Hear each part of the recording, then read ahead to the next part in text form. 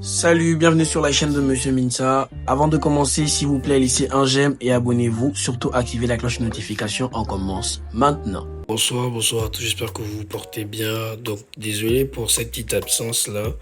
J'étais un peu occupé, mais on va reprendre les cours dès ce soir. Donc, voici un cours précis sur la méthodologie de philosophie, mais concernant la conclusion. Je vous demanderai de rester jusqu'à la fin de la vidéo et de bien lire toutes les explications qui vous seront données afin de mieux comprendre, parce qu'on a remarqué que beaucoup de personnes traitent déjà mieux l'introduction et s'en sortent au développement, mais vous ratez encore la conclusion. En même temps, lorsque la conclusion est ratée, il y a de fortes chances que la note puisse basculer. Ça veut dire que la personne n'a pas réellement eu à comprendre le sujet, raison pour laquelle j'ai préféré revenir dessus. Donc sur ce, je vous demanderai de laisser un j'aime et de vous abonner si vous êtes nouveau. Au passage, si vous êtes à Libreville, vous avez la possibilité de rejoindre mon prépa. Vous m'écrivez au 074 69 16 35. Précisément les personnes des séries A1 et B. Rejoignez le prépa tout de suite. Donc allons-y.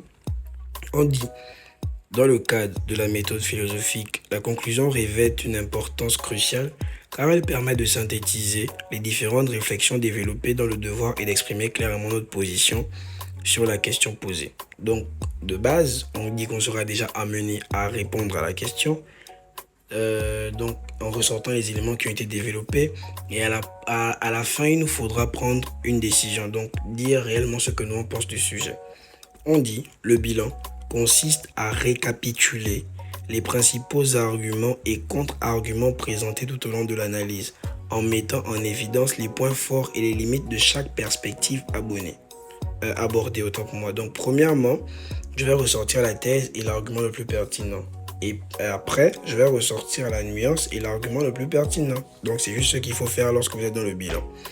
On dit: il s'agit également de souligner les éventuelles nuances ou ambiguïtés qui ont émergé au cours de notre réflexion. Ensuite, la prise de position consiste à affirmer notre point de vue sur le sujet étudié en s'appuyant sur les arguments les plus convaincants que nous avons identifiés. Cette prise de position doit être étayée par une argumentation solide et cohérente, tout en reconnaissant les éventuelles objections critiques qui pourraient être formulées à l'encontre de notre position. Tout ça là, c'est à peu près de charabia. Vous ne comprenez pas réellement ce qu'on doit faire. Je vous propose maintenant 3 exemples afin de mieux comprendre comment rédiger la conclusion. Prenons un sujet. Peut-on tout dire? Donc, on n'oublie pas, il faut toujours rappeler d'abord le sujet.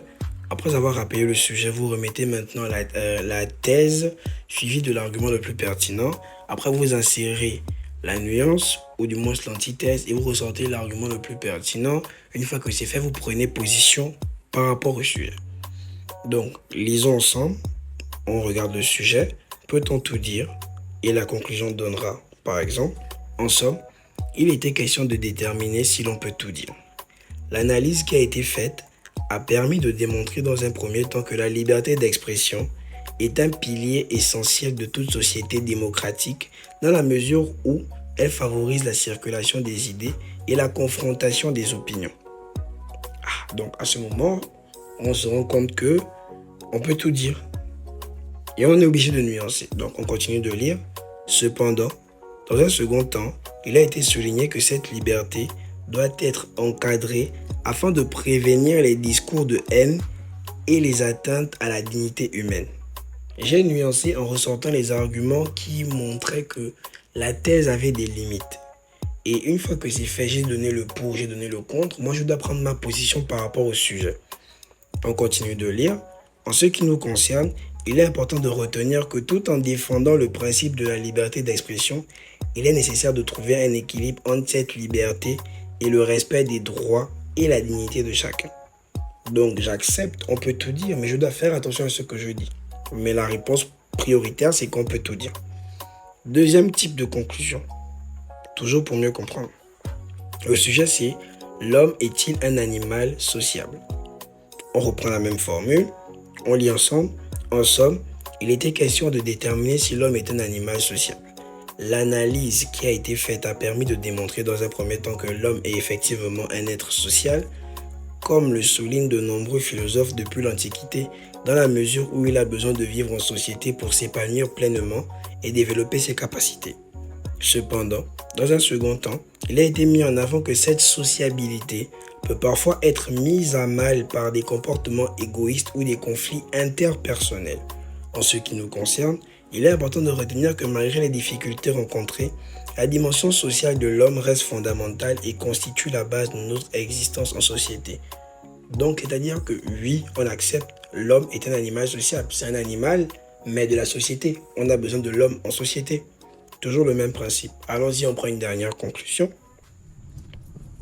Pour un sujet portant sur la religion est-elle un blocage universel pour le développement des humains? En somme, il était question de déterminer si la religion est un blocage universel pour le développement des humains.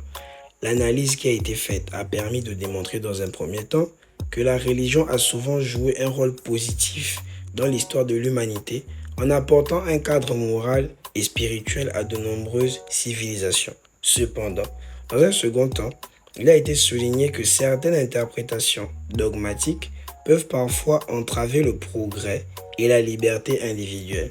En ce qui nous concerne, il est important de retenir que la religion peut être à la fois un moteur de développement et un frein, selon la manière dont elle est vécue et interprétée par les individus de la société. Voici à peu près comment vous devriez faire pour rédiger vos conclusions. Donc prenez le temps de revoir la vidéo. Posez des questions en commentaire si vous avez des questions. Je ferai l'effort de vous répondre. Donc, si vous avez des sujets ou si vous mettez les sujets en commentaire, je tâcherai de répondre et de vous aider par rapport à l'orientation et la compréhension du sujet. N'oubliez pas, nous vous attendons. Merci à tous. Sur ce, passez une bonne nuit.